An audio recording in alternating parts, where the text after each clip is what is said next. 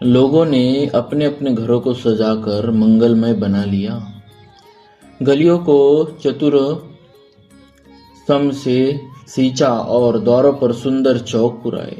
चंदन, केशर, कस्तूरी और कपूर से बने हुए एक सुगंधित द्रव्य को चतुरसम कहते हैं। बिजली की सी कांति वाली चंद्रमुखी, हरिण के बच्चे से नेत्र वाली और अपने सुंदर रूप से कामदेव की स्त्री रति के अभिमान को छुड़ाने वाली सुहागनी स्त्रियां सभी 16 श्रृंगार सजकर जहां तहां झुंड की झुंड मिलकर मनोहर वाणी से मंगल गीत गा रही है, जिनके सुंदर स्वर को सुनकर कोयले भी लजा जाती है। राजमहल का वर्णन कैसे किया जाए, जहां विश्व को विमोहित करने वाला मंडप बनाया गया है। अनेकों प्रकार के मनोहर मांगलिक पदार्थ शोभित हो रहे हैं और बहुत से नगाड़े बज रहे हैं।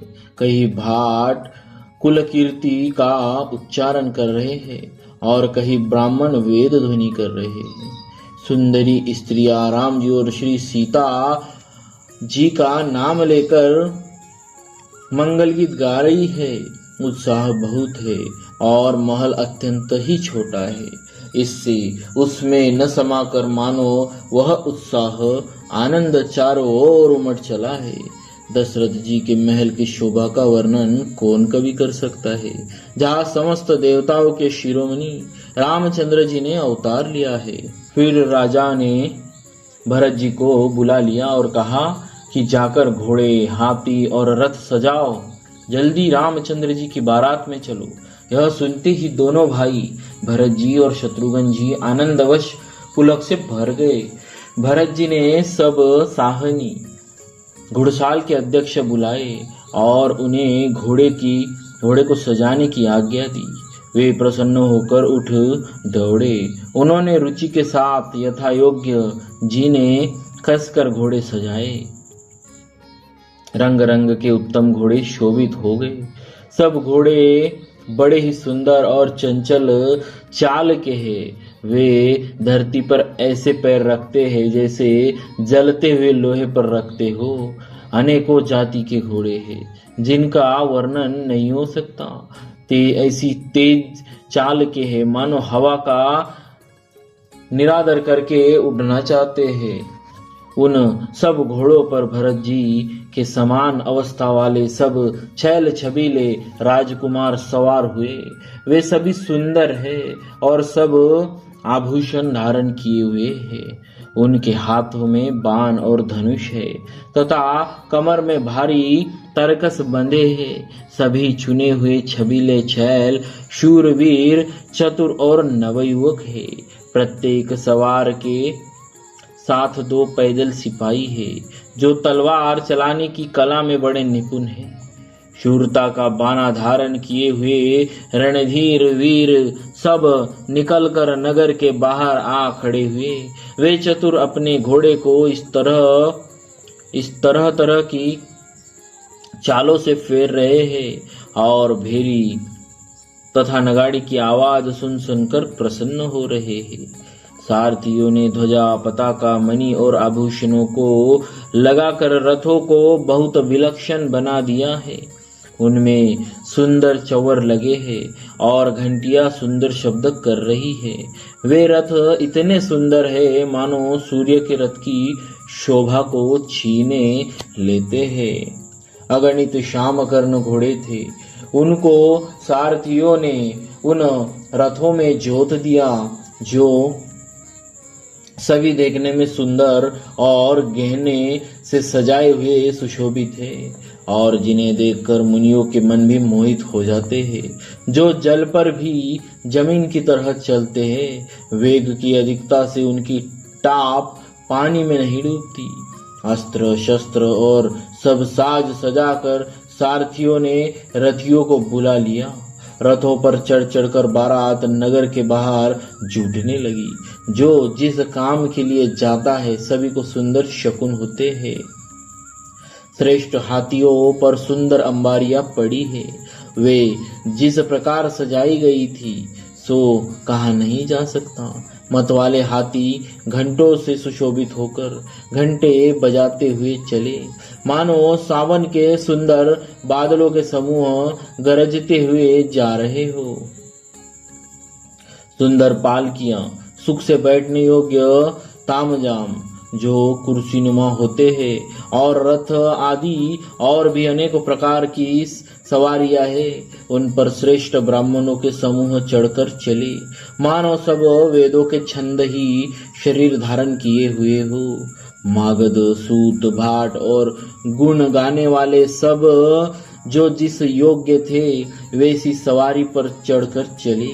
बहुत जातियों के खच्चर, ऊंट और बैल, असंख्य प्रकार की वस्तुएं लाद लाद कर चले, कहार, करोड़ों कावरे लेकर चले। उनमें अनेकों प्रकार की इतनी वस्तुएं थी कि जिनका वर्णन कौन कर सकता है। सब सेवकों के समूह अपना अपना साज समाज बनाकर चले।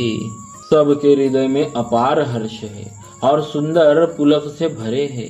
सबको एक ही लालसा लगी है कि हम श्री राम लक्ष्मण दोनों भाइयों को नेत्र भरकर कब देखेंगे।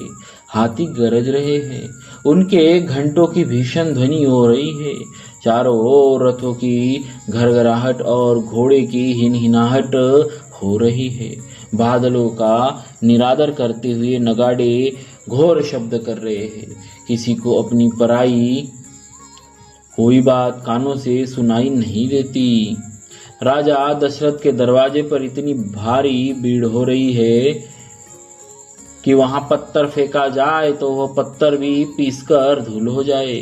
अटारियों पर चढ़ी स्त्रियां मंगल थालों में आरती लिए देख रही है और नाना प्रकार के मनोहर गीत गा रही है। उनके अत्यंत आनंद का बखान नहीं हो सकता। तब सुमंत्र जी ने 2 रथ सजाकर उनमें सूर्य के घोड़ों को भी मात करने वाले घोड़े जोते। दोनों सुंदर रथ वे राजा दशरथ जी के पास ले आए, जिनकी सुंदरता का वर्णन सरस्वती से भी नहीं हो सकता। एक रथ पर राजसी सामान सजाया गया और दूसरा जो तेज का पुंज और अत्यंत ही शोभायमान था, उस सुंदर रथ पर वशिष्ठ जी को हर्षपूर्वक चढ़ाकर फिर स्वयं शिव, गुरु, गौरी, पार्वती और गणेश जी का स्मरण करके दूसरे रथ पर चढ़े। वशिष्ठ जी के साथ जाते हुए राजा दशरथ जी कैसे सुशोभित हो रहे हैं, कैसे शोभित हो रहे हैं जैसे देवगुरु बृहस्पति जी के साथ इंद्र हो। वेद की विधि से और कुल की रीति से अनुसार सब कार्य करके तथा सबको सब प्रकार से सजे देखकर श्री रामचंद्र जी का स्मरण करके गुरु की आज्ञा पाकर पृथ्वीपति दशरथ जी शंख बजाकर चले। बारात देखकर देवता हर्षित हुए और सुंदर मंगलदायक फूलों की वर्षा करने लगे। बड़ा शोर मच गया, घोड़े और हाथी गरजने लगे। आकाश में और बारात में दोनों जगह बाजे बजने लगे। देवांगनाएं और मनुष्यों की स्त्रियां सुंदर मंगलगान करने लगी और रसीले राग से शहनाइयां बजने लगी। घंटे घंटियों की ध्वनि का वर्णन नहीं हो सकता। पैदल चलने वाले सेवक गण अथवा पट्टेबाज तरकस के खेल कर रहे हैं और फहरा रहे हैं। आकाश में ऊंचे उछलते हुए जा रहे हैं। हंसी करने में निपुण और सुंदर गान में चतुर विदूषक मसखरे तरह तरह के तमाशे कर रहे हैं। सुंदर राजकुमार मृदंग और नगाड़े के शब्द सुनकर घोड़ों को उन्हीं के अनुसार इस प्रकार नचा रहे हैं कि ताल के बंधान से जरा भी डिगते नहीं। चतुर नट चकित होकर यह सब देख रहे हैं। बोलिए श्री सीताराम जी महाराज की जय।